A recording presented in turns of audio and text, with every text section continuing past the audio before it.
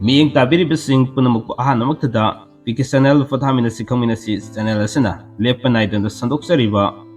chayol khudingi nomajing nimit khudingi thamjariba chayol gi rasifolna taram loksari amadi kuknona khurumjari ngasigi chayol gi rasifol asiba kuduna laksariba amadi kudol tamjariba dongi marup kamesurum manga kudol tamjage lepa naidana sandoksariba chayol gi rasifolda ngasi su adum kuduna laksari ngasi April gi tang ani dagina lakadoriba April gi tang nipan fob goiba sayol sigi rasifol di miyam da kudol tamjana bagina magpuduna laksari basi channel asina su tongan ba makal kaya ki topik su adamak sandokchana bagina magsiyam sajari sagi asin makara laibana maram waraga chang naina miyam na tambirak pa topik singa do kudol tamjaba ngamjadre handak suksoi sojana makia damak makatana tongan ba miyamna pamna ba miyamna yengning ba amadi miyamna khanbirak pa topic ya do dol tamjarage haba wafam je thamjage ngasi so do mahusa gumna tangkak ani tokna do thamjage ngasi gi tangkak ta tang ani dagina tang mari fobugi ama aduga lemhori ba tang manga dagina tang nipan fobugi ama thamjage aduga rasi phone ko di magta aksangi oiba chayol sita kari fall leri aduga mahi masingi fall aduga maru oina pakang lesabi singi fall kari leri habado kudol tamjarga losin jagadabani kudol tamjage iki channel fathamina sikamina si channel sina kudol tamjana bagina mak kuduna laksariba chayol sigira si fall kudol tamjage miyeng tamina si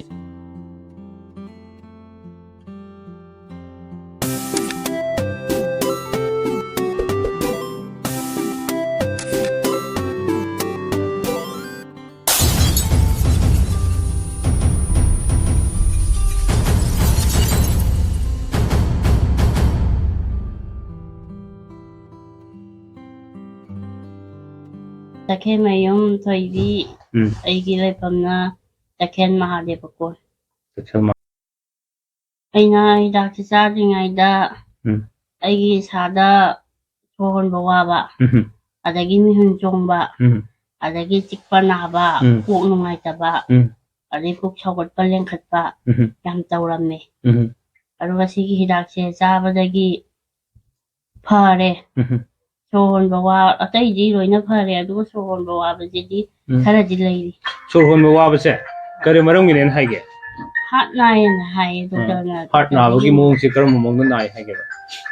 ho bani hai okay ho bane ba ko aduda kyam kuire khangakpade khangbadi madi pokpadagi dum yawrakbone okay aduda aduna maram orga misagi sohon bawa ba laigiba problem yam du leibane ba ko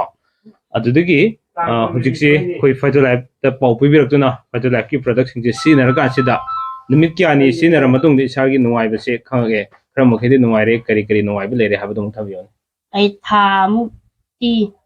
thamu chabada dum khara nungai ba horeba ado hojiki tha ahum sure adum phajana nungai re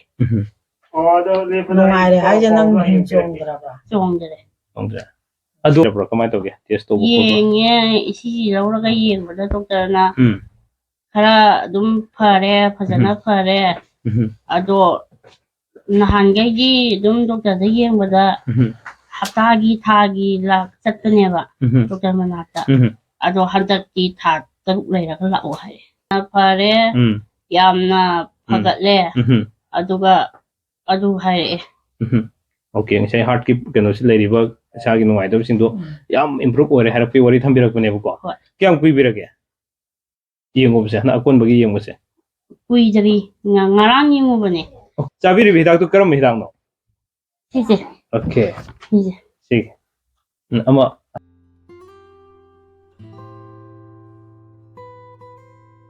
ore dudi ahan bisidi mes rasi follow ko sage mes rasi fol gi oina tang ani dagina tang mari fobogi manungda anubo maruk mapang unagani panduna lerakto sel fangani wano mamai pakani karbar to bakana gani aduga lemhori patang manga dagina tang nipan fobogi manungdana lam disat pakaide laitin gi thabak to pukning changani laikai gi thabak to matam mangani haksang gi oina di kaide mahai gi oina di fajana chatli loina na pakang de sabising gi oina di haina singnagani. Mathangda anisubada Bris Rasifol gi oina tang ani dagina tang mari fawgi manungda lamda chatpa kaide anuba marup mapang fangani pungi sei tobu kanagani karbar tubusu sokotli. Lemhoriba tang manga dagina tang nipan fawgi manungda imung manung semgat sagat pangamgani fam hongdo hongjin khara leigani wanomba sakri khara thanggadari. Haksangi oinadi kaide mahai gi oinadi fajana satli loina na pakang lesabi singi oinadi haina singnagani. Mathangda Mithun Rasifol gi oina tang ani dagina tang mari fawgi manungda lamda chatkani fam hongani yeknaba yamgani sana konabagi thabakta mingchat fangani laikai gi thabakta matam mangani aduga tang manga dagina tang nipan fawgi manungda wanom sakri thanggadari. Moibung khongbagi thabakta mingchat fangani panduna lerekpa sel fangani haksangi oinadi kaide mahai gi oinadi fai aduga pakang lesabi singi oinadi muknagani. Mathangda dol tamjage Karkat Rasifol gi oina tang ani dagina tang mari fawgi manungda lamda chatkani lila drama yawba sel fangba mingchat fangba matam oigadari. Famju hongdo hongjin laigani anoba marup su fangani deba karmagi thabakta pukning changgadari. Lemhoriba tang manga dagina tang nipan fawgi manungda sayen gi karbarada sel mangani lottery yawba sel mangani. Haksangi oinadi fai mahai gi oinadi fajana chatli pakang lesabi singi oinadi haina singnagani. Mathangda kudol tamjage Singha Rasifol gi oina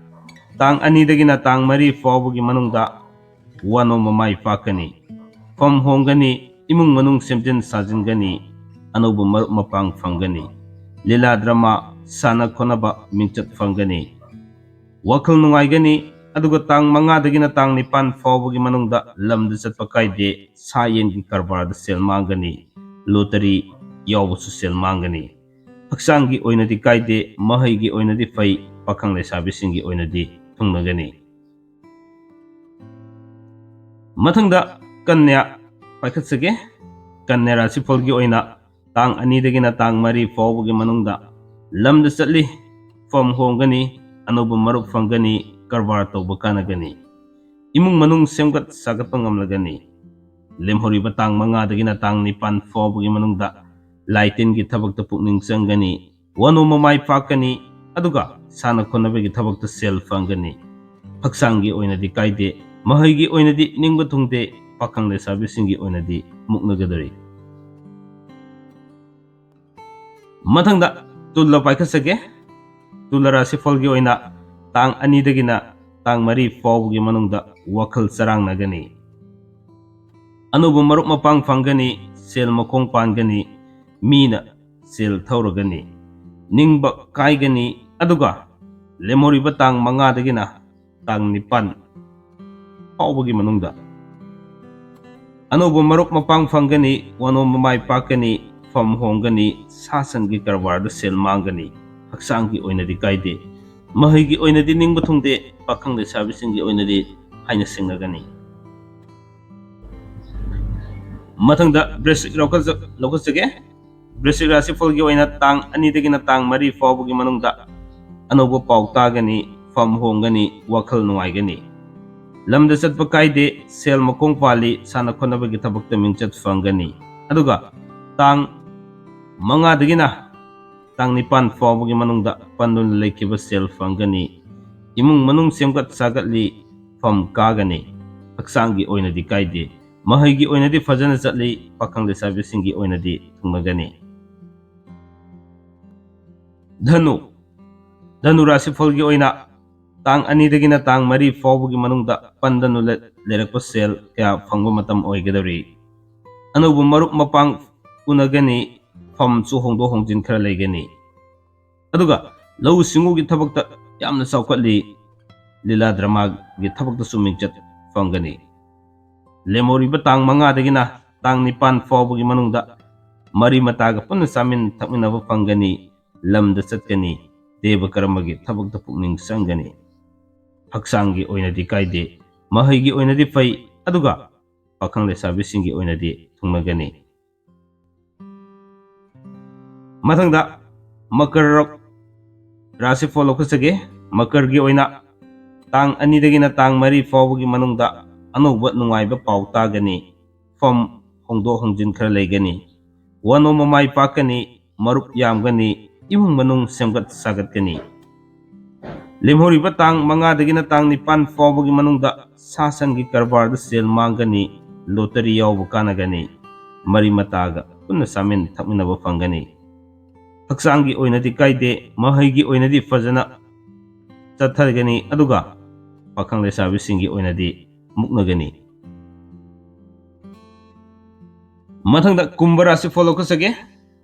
kumbarasi folgi oina tang ani dagina tang mari fawgi manungda sel makong pangani mathau chingani wakhal yamgani kanadaba mafamda sel thadagani pamdaba marup unagani leifam hongani fam kagani aduga lemhori batang manga dagina tang taret fawgi ngakpigani tang manga dagina tang nipan fawgi manungda lamda chatpa kaide imung manung semkat sagatgani